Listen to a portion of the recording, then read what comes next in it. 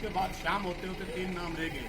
तो निश्चित रूप से ये लोकतंत्र की एक हत्या है कि अगर प्रशासन के अंदर आया हुआ कागज, प्रशासन के जो कांग्रेस भाजपा सभी लोग उनके तो एक जैसे होते हैं, लेकिन इन लोगों ने ऐसी व्यूहरचना चुनी कि जिससे एक प्रत्याशी का नामांकन खारिज हो जाए।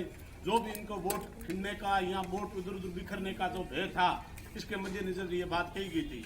लेकिन आज लोगों का जो आक्रोश है इस बात का है कि नोखा क्षेत्र में उपखंड अधिकारी स्तर पे नगर पालिका चुनाव के अंदर क्या क्या चीज हुए हैं वो निश्चित रूप से एक उदाहरण के रूप में है। जैसे वार्ड नंबर 17 के अंदर एक भी मुस्लिम परिवार का घर नहीं है, लेकिन वहां भी 40 वोट दर्ज है। इस तरह उपखंड अधिकारी क्षेत्र में कार्य हुए। वार्ड नंबर 20 के अंदर एक भी राजपूत समाज का घर नहीं है, लेकिन 20 वोट दर्ज हुए। ऐसे ऐसे नोखा के अंदर 5000 मतदाता बाहर से आके दर्ज हुए। वार्ड नंबर 28 के अंदर रातड़िया गांव के वोट दर्ज हुए हैं, सांडवा के वोट दर्ज हुए हैं। इस तरह लोकतंत्र की हत्या बन रही है और इसको सहयोग करने के लिए प्रशासन, पूरा प्रशासन मिला हुआ है। तो निश्चित रूप से इस बात की शिकायत जो इन्होंने बड़ी घूस लेके की है, तो इसकी निश्चित रूप से शिकायत विधानसभा में भी हमारे विधायक महोदय उठाएंगे, हमारे बीच बैठे हैं। अब तो ये स्पष्ट है, पूरा प्रशासन भ्रष्ट है। अब तो ये स्पष्ट है, पूरा प्रशासन भ्रष्ट है। अब तो ये स्पष्ट है, पूरा प्रशासन भ्रष्ट है। और इन्होंने सुबह होने के बाद एसडीएम साहब नकला मांगी गायब करने के लिए 3 बजा दी, कभी किसी तरह अपना पीछा छूट जाए और ये बात कागजों के अंदर दब जाए। लेकिन हिंदुस्तान के अंदर माननीय प्रधानमंत्री ने जो ऑनलाइन सिस्टम किया है, तो निश्चित रूप से जिन लोगों ने बदमाशी की है वो तो स्वतः ही उनका प्रमाण हो जाएगा। और आप सभी लोग धरने में आए हैं, तो निश्चित रूप से इस बात के लिए अपने को धरना आगे भी लगाना पड़ेगा।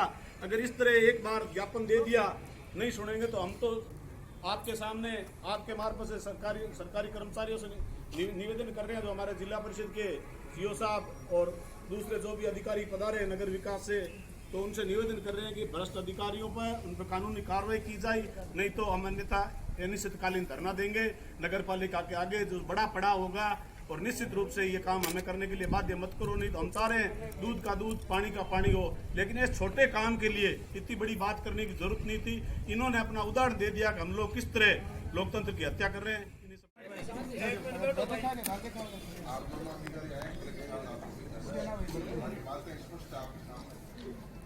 कल स्क्रूटनिंग में वो एसडीएम प्रशासन का कर्मचारी पत्रकारों को भेजता है और वही अखबारों में छपता है, वही मीडिया में चलता है। शाम को पीआरओ जो सरकार का अधिकारी है, उसके माध्यम से पत्रकारों के पास संशोधित सूची आती है और उसमें जो दोपहर में जिसका नाम निर्देशन खारिज किया गया था वो तो शाम को सही हो जाता है, और जो 2 नाम निर्देशन हैदर और नारायण के सही पाए गए थे वो शाम को खारिज हो जाते हैं। हमारी आज आपसे मांग है कि हमने इनसे सूची मांगी है कि वो पहली और दूसरी सूची हमें दी जाए। प्रशासन ने पहली सूची छुपा ली है, हमें दी नहीं है। और दूसरी बात, वीडियोग्राफी हमने मांगी तो इन्होंने स्पष्ट लिख के दिया कि हमने पार्षद के तो वीडियोग्राफी नॉमिनेशन करवाई थी, अध्यक्ष की प्रक्रिया की वीडियोग्राफी हमने नहीं की। दूसरी बात, समीक्षा रजिस्टर में स्पष्ट है, पहले दिन के जो सिग्नेचर है 1 तारीख को नंबर, दूसरे दिन के सिग्नेचर है, तीसरे दिन समीक्षा बैठक में वरिष्ठ अधिवक्ता जो ओथ लेके कह रहे हैं कि मेरे इसमें सिग्नेचर थे, वो पन्ना निकाल दिया गया है और स्पष्ट जो धागे हैं रजिस्टर के वो ये बात कह रहे हैं ठीक के।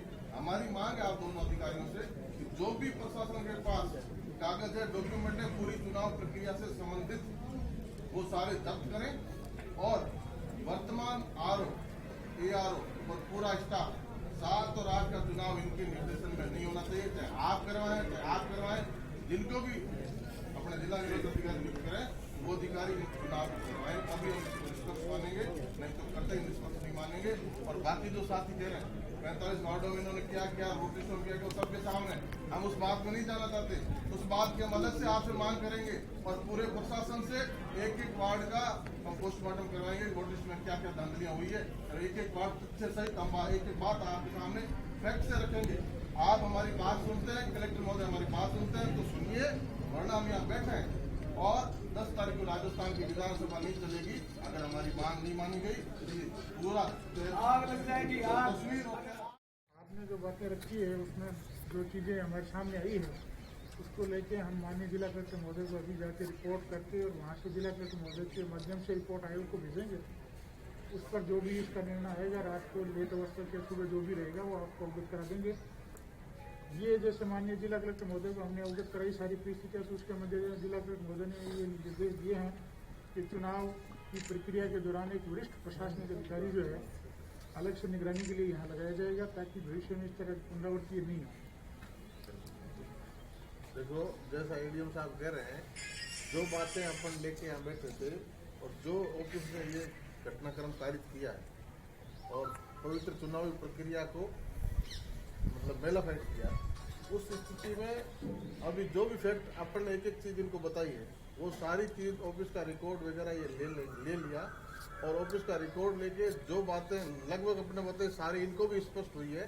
कलेक्टर साहब ने दोनों सीनियर अधिकारी, एक एडीएम रहे हैं और एक जिला परिषद सीईओ है, सीनियर अधिकारी है, दोनों को हमारे पास भेजा है। ये पूरा फैक्ट लेके, पूरे डॉक्यूमेंट लेके कलेक्टर साहब के पास पहुंच रहे हैं और क्योंकि ये जो रिपोर्ट करेंगे उस रिपोर्ट पे कलेक्टर साहब के सिग्नेचर से राज्य चुनाव आयोग को जाएगी और राज्य चुनाव आयोग इस पर अंतिम फैसला करेगा। और दूसरी बात जो हमारी थी कि इन अधिकारियों से 7 और 8 का चुनाव निष्पक्ष नहीं हो सकता, इसलिए वरिष्ठ अधिकारी कलेक्टर जो जिस दिन इलेक्शन प्रोसेस शुरू होगा वापस, उस इलेक्शन प्रोसेस में 7 और 8 को वरिष्ठ अधिकारी के दिशा निर्देशन में चुनाव करेगा। ये 2 बातें हमारी स्पष्ट हो गई। तीसरी बात, जो वार्डों में जो साथियों ने कहा, उनके लिए भी अलग से एक अधिकारी की नियुक्ति करके और सारे वार्डों में जो जो कार्यकर्ताओं से शिकायतें करते हैं वो सारे अलग से उसके लिए इस इलेक्शन प्रोसेस के बाद एक वरिष्ठ अधिकारी की ड्यूटी लगा के एक वार्ड का सत्यापन और फिजिकल आपके जो है उस तथ्यों के आधार पर कराया जाएगा। ये 3 बातें हमारी स्पष्ट हो गई। इसलिए अब चुनावी प्रक्रिया में एक और क्यों साहब अधिकारी बड़ा आनी में आका में नेम बल्ले राग करिया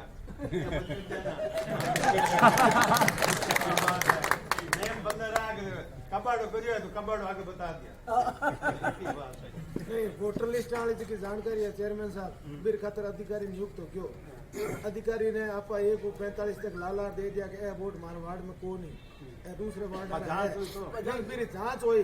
मैं आज आगे भी जांच रही रिपोर्ट, प्रमाणित रिपोर्ट हर कैंडिडेट ने मिले, ताकि वो कोर्ट तो जावे कि सरकार का कर्मचारी जांच करिए, फिर मैं आ रिपोर्ट है प्रमाणित रिपोर्ट है, अब कोर्ट कहीं करे, अब तो आप रिलीफ तो मिले बने। उसके लिए अधिकार लगा के अपन एक जो आप दोगे प्रत्येक वार्ड अलग बैठा है आ गए यहाँ से हाईकोर्ट हाईकोर्ट